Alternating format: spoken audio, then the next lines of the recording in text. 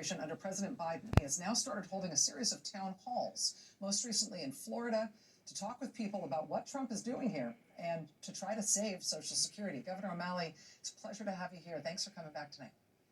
Hey, absolutely, my honor. Let me start by getting your reaction to what Secretary Letnick had to say about Social Security there.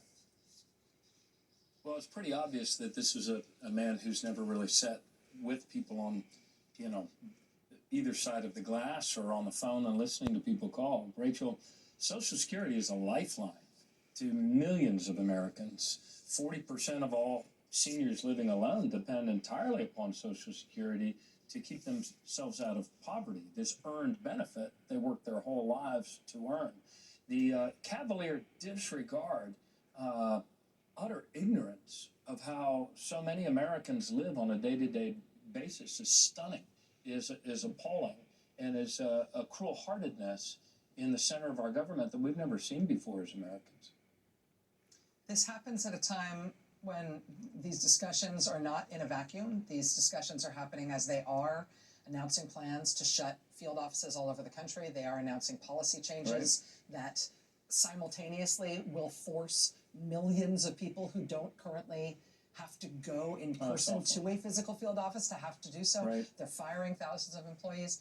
All of these changes are already stressing people out about whether the system can take it. But then today, Trump's administrator of Social Security announced that he's threatening to shut the entire agency down over a judge's ruling that blocked DOJ's access to sensitive personal information.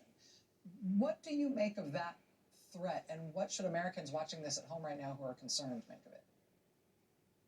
Well, all Americans should be appalled at this. We need to all, we need to tune in. We need to raise our voices. We need to call our members of Congress and stop this steal before it's completed. I mean, and that steal would be of our Social Security administration and the benefits we worked our whole lives to earn.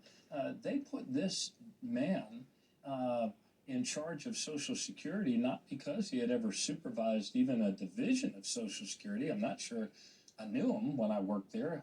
I'm not sure he ever supervised more than 7 people. That's not why they put him there, Rachel.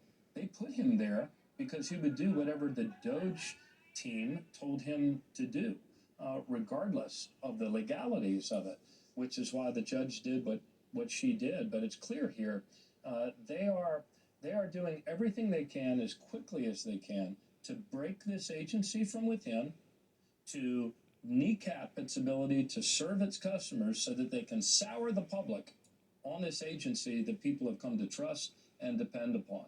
And they have to do that. They have to wreck it so that they can rob it.